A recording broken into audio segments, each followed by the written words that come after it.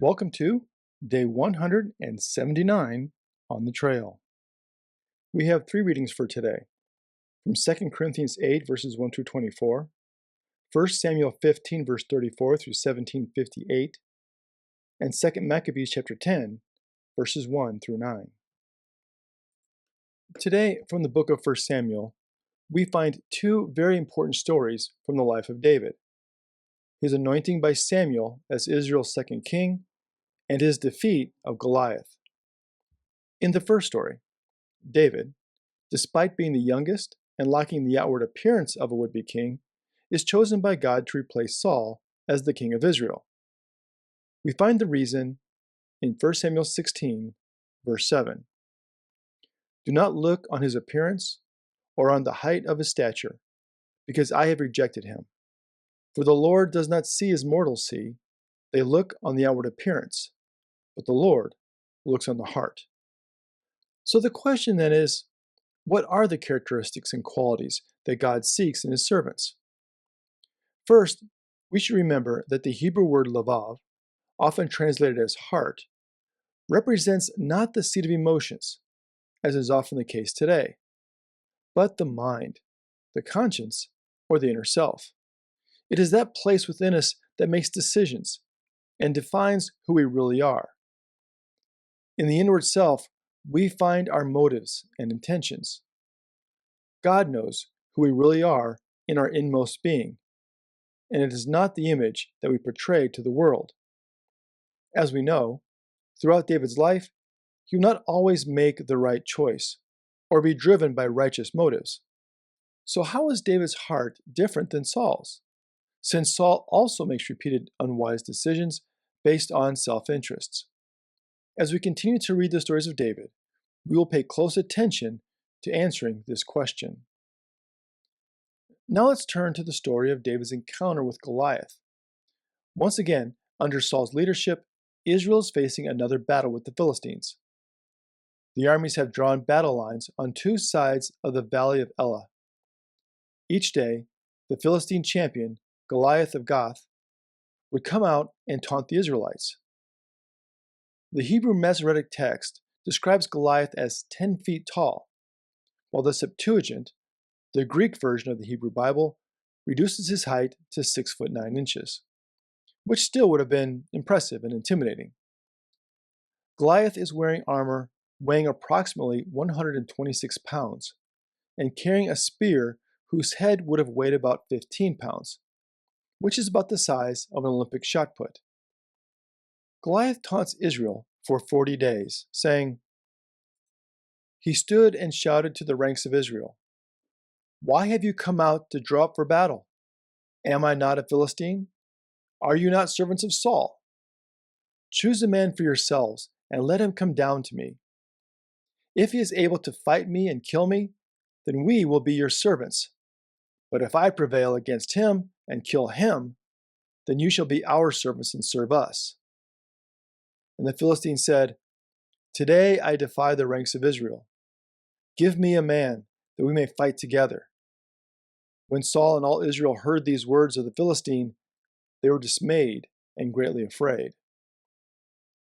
Representative combat was a fairly common occurrence among the ancients. The Iliad records the battles between Paris and Menelaus and between Hector and Achilles. However, this single combat often did not resolve the dispute, but was followed by a battle between the regular armies. We will see this take place in our story in 1 Samuel. When David defeats Goliath, the Philistines do not turn themselves over to the Israelite army. Instead, they run. Also, as the story of David and Goliath opens, we first notice that David does not go looking for a fight.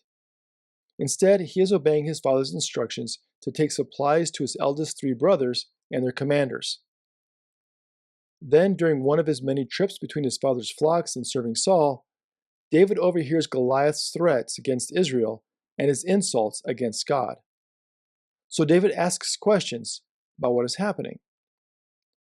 However, his questions are met with anger from his eldest brother, who accuses David of not doing his job as a shepherd and having an immature excitement at the thrill of warfare.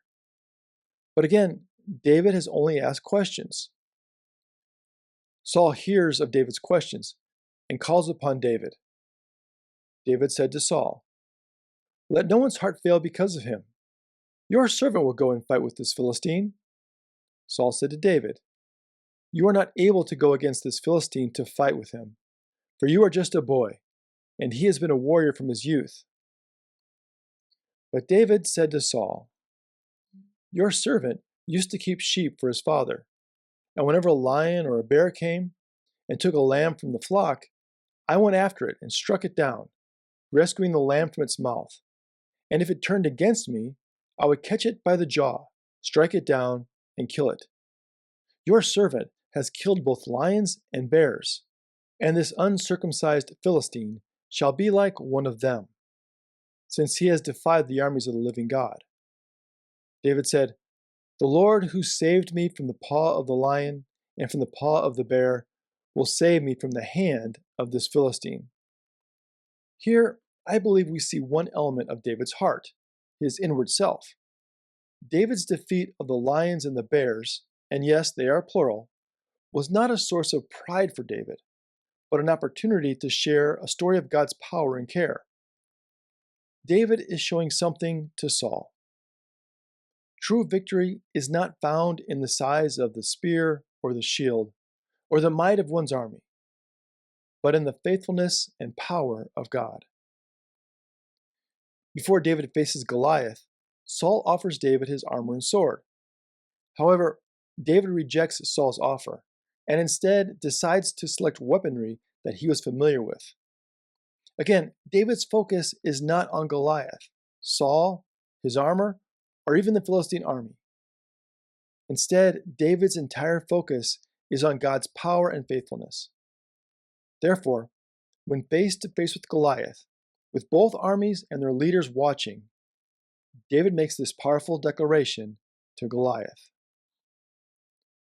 "You come to me with sword and spear and javelin, but I come to you in the name of the Lord of hosts, the God of the armies of Israel, whom you have defied. This very day, the Lord will deliver you into my hand, and I will strike you down and cut off your head. And I will give the dead bodies of the Philistine army this very day to the birds of the air and to the wild animals of the earth, so that all the earth may know that there is a God in Israel, and that all this assembly may know that the Lord does not save by sword or spear, for the battle is the Lord's, and he will give you into our hand." With only a smooth stone, his sling, and the power of God, David defeats the Philistine champion, which causes the Philistine army to flee. At the core of our story of David and Goliath, we see that the giants which come into our lives are not the real problem. Instead, the giants reveal to us the real problem. They help us to see what is going on in our inward self. That is, do we really trust God? When giants arise, our true dependence on God in our everyday life is revealed. If we cannot trust God in the midst of daily life, how do we expect to trust God when giants arise? We do not know when lions or bears will wander into the field where we are watching over the flock, or when we will find ourselves facing a giant in battle. Therefore, we discipline ourselves for faithfulness daily. After all, most of us expect God to be actively involved in our lives. When we pray, we expect God to be listening. But can God expect the same from us? In 2 Maccabees chapter 10, we once again find the background for the celebration of Hanukkah. Beginning in verse 5.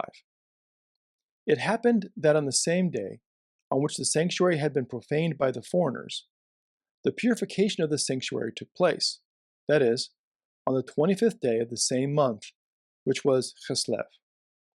They celebrated it for 8 days with rejoicing, in the manner of the festival of booths, remembering how not long before, during the festival of booths, they had been wandering in the mountains and caves like wild animals.